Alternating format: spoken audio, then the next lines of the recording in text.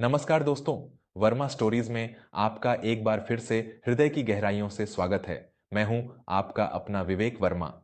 दोस्तों, प्रकृति का नियम बद्दा ही अद्भुत और कई बार हमारी समझ से परे होता है।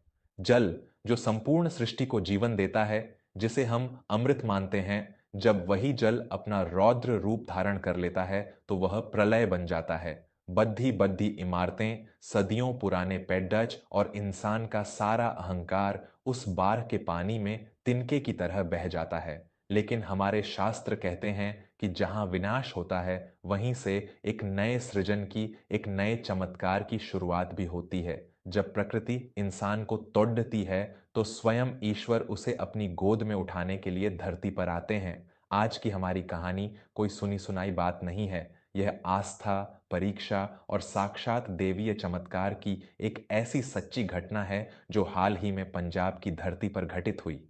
जब भयंकर बाढ़ ने सब कुछ तबाह कर दिया था, जब चारों तरफ केवल मौत और बीमारियों का तांडव था और जब लोगों ने ईश्वर से भी अपनी उम्मीदें छोड़-छाड़ दी थीं, ठीक उसी समय नवरात्रि से चंद दिन पहले माता शेरावाली ने एक ऐसा चमत्कार दिखाया जिसने पूरे देश को हैरान कर दिया।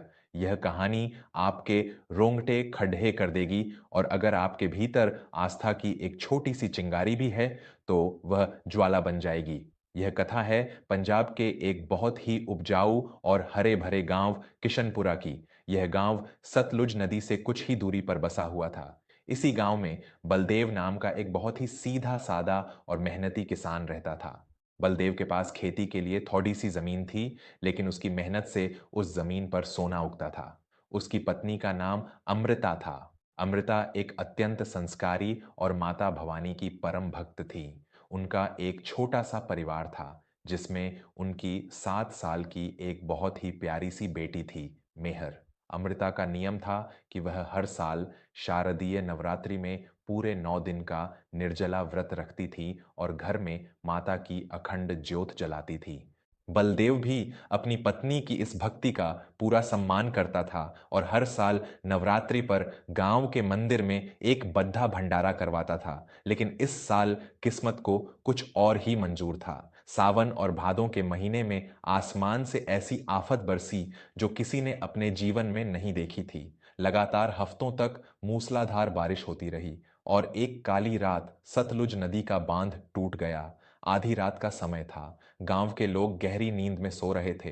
तभी गांव के सरपंच की कांपती हुई आवाज लाउडस्पीकर पर गूंजी, भागो, नदी का बांध टूट गया है, पानी गांव में घुस रहा है, अपनी जान बचाकर ऊंचाई की तरफ भागो। बलदेव घबरा कर उठा। उसने देखा कि दरवाजे के नीचे से मटमैला पानी घर के अंदर तेजी से घुस रहा है। बलदेव ने तुरंत अपनी बेटी मेहर को कंधे पर उठाया और अमृता का हाथ पकड़कर घर से बाहर भागा। बाहर का मंजर रूह कंपा देने वाला था। पानी का बहाव इतना तेज था कि मवेशी, गादियां और कच्चे मकान ताश के पत्तों की तरह बह रहे थे। बलदेव और अमृता किसी तरह जान बचाकर गांव के बाहर एक बहुत ऊंची पहाड़ी पर बने पुराने शिव मंदिर में पहुंच गए। पूरा गांव वहीं इकट्ठा था।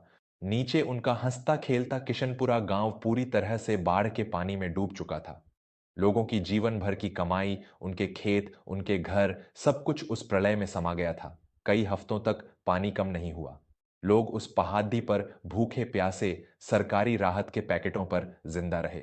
जब बारिश रुकी और धीरे धीरे पानी कम होना शुरू हुआ, तब तक आश्विन का महीना लग चुका था। नवरात्रि आने में केवल 4 दिन बचे थे। पानी तो उतर गया, लेकिन अपने पीछे तबाही का एक ऐसा भयानक मंजर छोड़ गया जिसे देखकर इंसान का दिल फट जाए। पूरा गांव कई फुट गहरी, बदबूदार और सड्ढी हुई कीचड़ैत से ढका हुआ था।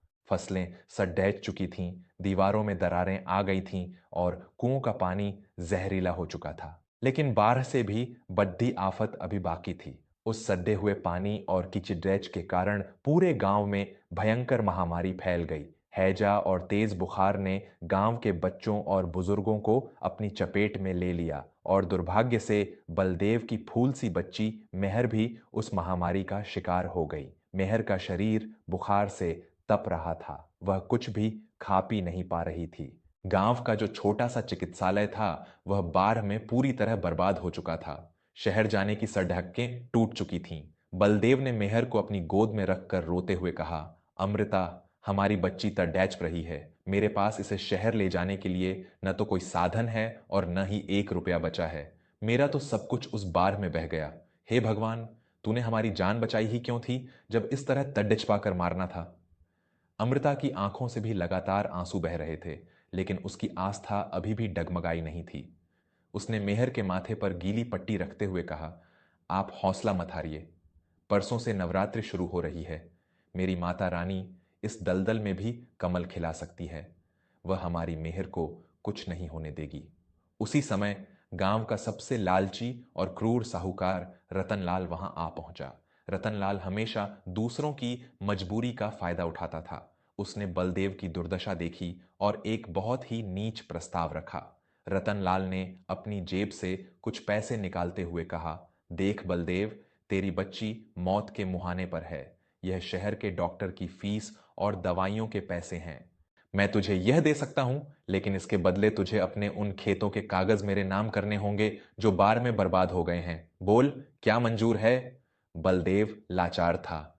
एक पिता के लिए उसकी बच्ची की जान से बढ़कर कोई जमीन नहीं थी। वह जैसे ही हां कहने के लिए आगे बढ़ा, अमृता ने बलदेव का हाथ पकड़ डेच लिया। अमृता ने बहुत ही दृढ़ता से रतनलाल की आंखों में देखकर कहा, हम गरीब जरूर हो गए हैं साहूकार जी, लेकिन हमारा ईमान और हमारा विश्वास अभी बाढ़ में नहीं बहा है। मैं अपनी बच्ची का जीवन तुम्हारी इस लालच की भीख से नहीं बचाऊंगी। मुझे मेरी जगदम्बे पर भरोसा है। रतनलाल ने व्यंग्य से हंसते हुए कहा, तेरी जगदम्बे? अरे पगली, जिस भगवान ने तेरा घर डुबो दिया, तेरी फसलें सड्ढा दी, वह तेरी क्या मदद करेगा? देख लेना, कल सुबह तक तेरी बच्ची और तेरा यह घमंड दोनों टूट जाएंगे। इतना कहकर रतनलाल वहां से चला गया। रात बहुत भयानक थी। मेहर की सांसें उखद्दाने लगी थीं। अगली सुबह महालय का दिन था। कल से नवरात्र की शुरुआत होनी थी। बलदेव पूरी तरह से टूट चुका था। वह घर से निकला और पागलों की तरह अपने बर्बाद हो चुके खेतों की तरफ भागा।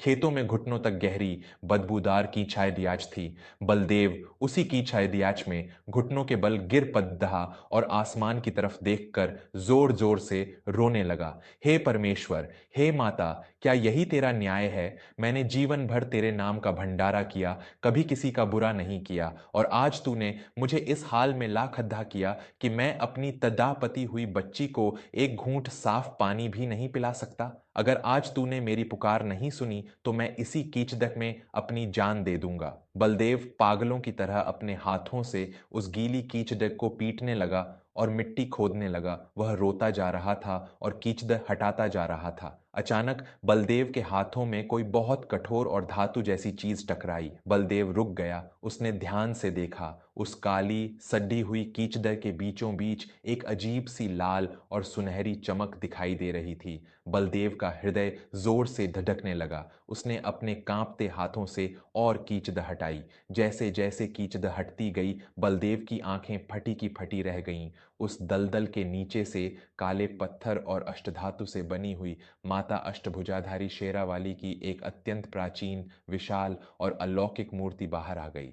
बाढ़ का पानी न जाने उस मूर्ति को किस प्राचीन मंदिर से बहाकर लाया था और बलदेव के खेत में गहराई में गाडिच गया था। उस मूर्ति के चेहरे पर एक ऐसा असीम तेज और मुस्कान थी जिसे देखकर बलदेव के शरीर का सारा दर्द और थकान पल भर में गायब हो गई। बलदेव जोर से चीख पढ़ा, हे मेरी मां, हे मेरी जगदम्बे। उसने पूरी ताकत लगाकर उस भारी मूर्ति को कीचड़देच से बाहर निकाला और पास ही एक बड्डे से पत्थर पर स्थापित कर दिया। लेकिन चमत्कार यहीं खत्म नहीं हुआ दोस्तों। असली चमत्कार तो अब होना था। जैसे ही बलदेव ने उस मूर्ति को उस जगह से उठाया, उस गड्ढे में से अचानक एक बहुत ही तेज जलधारा फूट पड़ी। चारों तरफ बाढ़ की बदबूदार और जहरीली कीचड़ थी, लेकिन उस गड्ढे से जो पानी निकल रहा था वह किसी स्फटिक मणि की तरह बिल्कुल साफ, पारदर्शी और गुलाब की तरह मीठी सुगंध वाला था। बलदेव को अपनी आंखों पर विश्वास नहीं हुआ। उसने कांपते हाथों से उस जल को अपनी अंजलि में भरा और पी लिया। पानी पीते ही बलदेव को ऐसा लगा जैसे उसके शरीर में किसी ने हजारों हाथियों की ऊर्जा भर दी हो।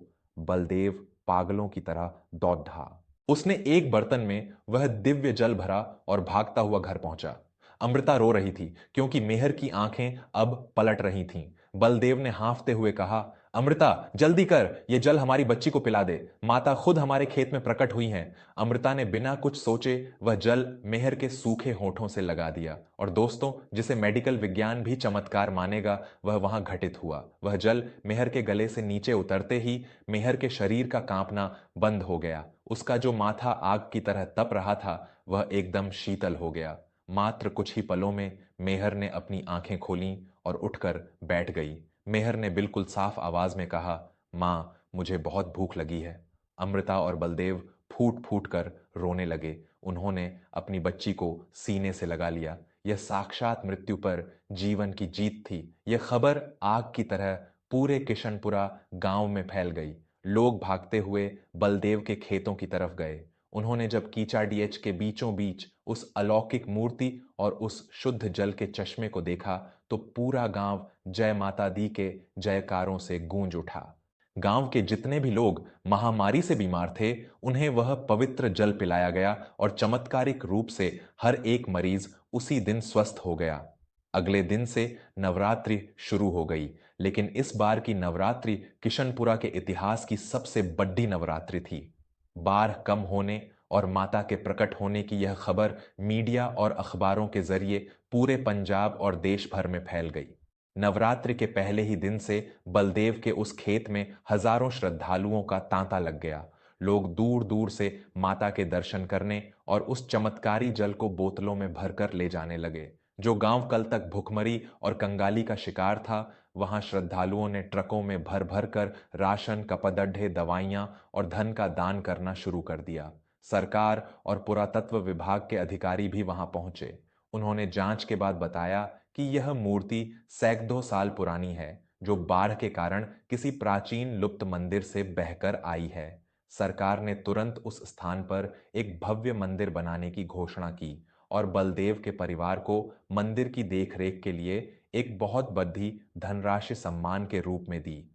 गांव की जो सड़कें टूटी हुई थीं, वे रातों रात बना दी गईं। गांव वालों के पास इतना धन और सहायता आ गई कि बाढ़ का सारा नुकसान एक ही झटके में पूरा हो गया। और साहूकार रतनलाल, जब उसने अपनी आंखों से यह सब देखा, तो उसका सारा अहंकार चूर चूर हो गया। वह रोता हुआ बलदेव के पास आया, माता की मूर्ति के सामने नाक रगद दी और अपनी सारी कर्जे की डायरियां उसी पवित्र जल में बहा दी। उसने अपना शेष जीवन माता के उसी मंदिर की सेवा में लगा दिया।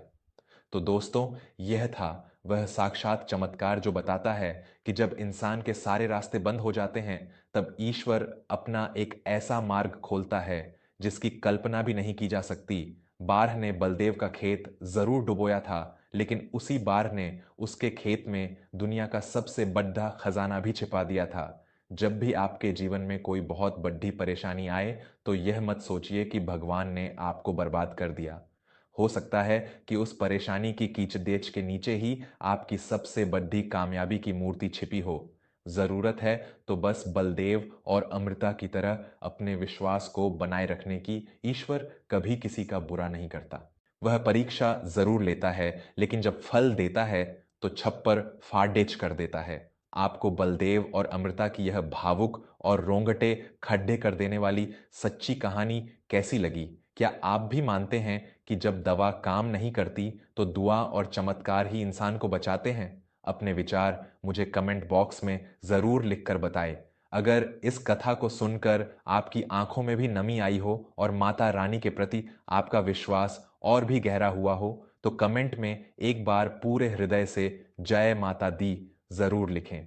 और इस वीडियो को अपने परिवार, मित्रों और सभी सगे संबंधियों के साथ शेयर करना न भूलें, ताकि यह दिव्य कथा हर घर तक पहुंच सके।